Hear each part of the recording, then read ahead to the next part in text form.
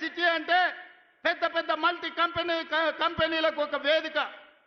Infosys, Wipro, Microsoft లాంటి కంపెనీలు ఎక్కడైతే ఉన్నాయో అక్కడనే 3.5 ఎకరాలు 100 కోట్ల రూపాయల ఆస్తిని ఆడబిడ్డలకిచ్చి ఇందిరా సహాయ కేంద్రాలుగా వాళ్ళు ఆడబిడ్డలు చేసే ఉత్పత్తి వస్తువులను హైటెక్ సిటీ పక్కన ప్రదర్శించే విధంగా అంతర్జాతీయ వ్యాపారంలో పోటీ పడే విధంగా ఇవాళ ఆడబిడ్డల్ని తీర్చిదిద్ది ప్రపంచంతోనే ఆడబిడ్డల్ని పోటీ పడే విధంగా ఇవాళ మనం తీర్చిదిద్దినాం. ఇదే కాదు, ఈనాడు 67 లక్షల మహిళలు ఈరోజు స్వయం సహాయక సంఘాలలో ఉన్నారు. నేను మా పట్టణతోని, మా సీతక్కతోని, మా ఆడబిడ్డలతోని మాట్లాడిన రాబోయే రోజుల్లో తెలంగాణ రాష్ట్రంలో 1 కోటి మంది ఆడబిడ్డలను స్వయం సహాయక సంఘాలలో చేర్చి 1 కోటి మంది ఆడబిడ్డల్ని కోటీశ్వరులను చేయడమే లక్ష్యంగా ఈరోజు ప్రజా పాలన ఇందిరమ్మ ప్రభుత్వంలో మనం చెయ్యబోతున్నాం. అందుకే తండాలలో, గూడాలలో, మారుమూల పల్లెల్లో ఉన్న మా ఆడబిడ్డలకు ఈ వేదిక మీద నుంచి నేను విజ్ఞప్తి చేస్తున్నా, మీరందరూ స్వయం సహాయక సంఘాలలో చేరండి. మిమ్మల్ని కోటీశ్వరులను చేసే బాధ్యత మీ సోదరుడిగా మీ రేవంత్ అన్న తీసుకుంటాడు. ఇది నా మాటగా, సోనియమ్మ మాటగా ప్రతి తెలంగాణ ఆడబిడ్డకు ఈ వేదిక మీద నుంచి ఈరోజు మేము ఇస్తున్నాం. మిత్రులారా, మీకందరికీ తెలుసు, తెలంగాణ ఉద్యమం అంటేనే ఉద్యోగాల వేట. నిరుద్యోగ యువకులు లక్షలాది మంది రోడ్ల మీదకి వచ్చి నెలల తరబడి ధర్నాలు, దీక్షలు, ఉద్యమాలు చేసి ఆత్మ బలిదానాలు చేసుకొని అమరులై తెలంగాణ రాష్ట్రం తెచ్చుకున్నారు. వాళ్ళు తెలంగాణ రాష్ట్రం తెచ్చుకున్నదే పీజీలు, పిహెచ్డీలు చేసి ఈ రాష్ట్రంలో డాక్టర్లు, లాయర్లు, ఇంజనీర్లు, ఐఏఎస్లు, ఐపీఎస్లై తెలంగాణ పునర్నిర్మాణంలో భాగస్వాములు కావాలి అని. కానీ చంద్రశేఖరరావు ఏమన్నాడయా? గొర్రెలు, బర్రెలు, చేపలు, పందులు మీరు పెంచుకోండి, పేదవాళ్ళ పిల్లలు గొల్లోళ్ళు గొర్రెలు పెంచుకోవాలి, మాదిగోళ్ళు చెప్పులు కుట్టుకోవాలి, ఎరకలోళ్ళు పందులు పెంచుకోవాలి, మా ముదిరాజు సోదరులు చేపలు పట్టుకోవాలి అని మిమ్మల్ని అందరినీ అక్కడ పోమన్నాడు. ఆయన కొడుకు మాత్రం రాజ్యాలు ఏలుతారంట. ఇదే నా న్యాయం అని నేను అడుగుతున్నా చంద్రశేఖరరావు నీ వేదిక మీద నుంచి. పేదోళ్ళ బిడ్డలు, వాళ్ళ తాతలు ముత్తాతలు తరతరాలుగా గొర్రెలు, బర్రెలు, చేపలు, పందులను పెంచుకొని బతికి ఆత్మ బలిదానం చేసుకొని వందలాది మంది ప్రాణాలు ఇచ్చి తెలంగాణ రాష్ట్రం తెచ్చుకున్నది. డాక్టర్లు, లాయర్లు, ఇంజనీర్లు, ఐఏఎస్లు, ఐపీఎస్లై రాజ్యం ఏలాలనా లేకపోతే గొర్రెలు, బర్రెలు పెంచుకోవాలనా ఒక్కసారి ఆలోచన చేయండి. అందుకే మన ప్రభుత్వం ఏర్పడిన వెంబడే పెండింగ్ ఉండి నోటిఫికేషన్లు ఇచ్చి నియామకాలు జరగని ప్రభుత్వ ఉద్యోగ నియామకాలు మొదటి సంవత్సరంలో ఇదే ఎల్బీ స్టేడియం సాక్షిగా 60,000 ప్రభుత్వ ఉద్యోగాలు ఇచ్చిన నేను గర్వంగా చెప్తున్నా. ఇవాళ నేను సవాలు విసురుతున్న కిషన్ రెడ్డికి, కేటీఆర్కు, కేసీఆర్కు, నరేంద్ర మోడీకి. మొదటి సంవత్సరంలో మా ప్రభుత్వ ఉద్యోగాలలో 60,000 నియామకాలు చేపట్టింది. మీకు దమ్ము ఉంటే, ధైర్యం ఉంటే, చిత్తశుద్ధి ఉంటే మీరు సవాలు విసిరండి.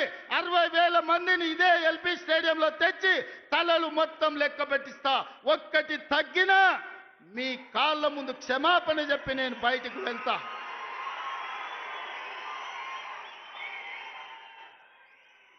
ఇది మా లెక్క, ఇది మా నిజాయితీ. ప్రైవేట్, కార్పొరేట్ కంపెనీల్లో 1,00,000 ఉద్యోగాలు ఇచ్చినాం. నేను మా మిత్రుడు శ్రీధర్ బాబు విదేశీ పర్యటనలో 3 లక్షల కోట్ల పెట్టుబడులు తీసుకొచ్చినాం. ఇవాళ అంతర్జాతీయ స్థాయిలో తెలంగాణకు ఒక గుర్తింపు, గౌరవాన్ని తీసుకొచ్చినాం. అందుకే మిత్రులారా, ఆనాడు హాస్టళ్లలో, సంక్షేమ హాస్టళ్లలో ఎన్నడా పిల్లల్ని పట్టించుకోలే.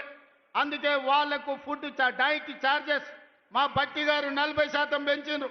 Cosmetic charge 200% పెంచిండ్రు. ఇవాళ పేదవాళ్ళ పిల్లలు కార్పొరేట్ వైద్యము, కార్పొరేట్ విద్య పోటీ పడాలి అంటే ఈ విద్య ఉన్నది సరిపోదని యంగ్ ఇండియా ఇంటిగ్రేటెడ్ స్కూళ్ళు 100 నియోజకవర్గాలలో 100 పాఠశాలలు 20,000 కోట్ల రూపాయలతోని యంగ్ ఇండియా ఇంటిగ్రేటెడ్ రెసిడెన్షియల్ స్కూళ్లను ప్రారంభించుకున్నాం. రాబోయే రోజుల్లో ప్రపంచంతోనే పోటీ పడే విధంగా మన విద్యా ప్రమాణాలను పెంచడానికి ఇలా మనం ప్రణాళికలు వేసుకున్నాం. ఇవాళ మిత్రులారా, ప్రతి సంవత్సరం ఇంజనీరింగ్ విద్యార్థులు 1,10,000 మంది పాస్ అవుతున్నారు. సర్టిఫికెట్ ఇంజనీరింగ్ వస్తుంది కానీ బయటకు పోతే ఉద్యోగం లేదు. బయట అవసరాలకు తగ్గట్టు వీళ్ళకు నైపుణ్యం లేదు.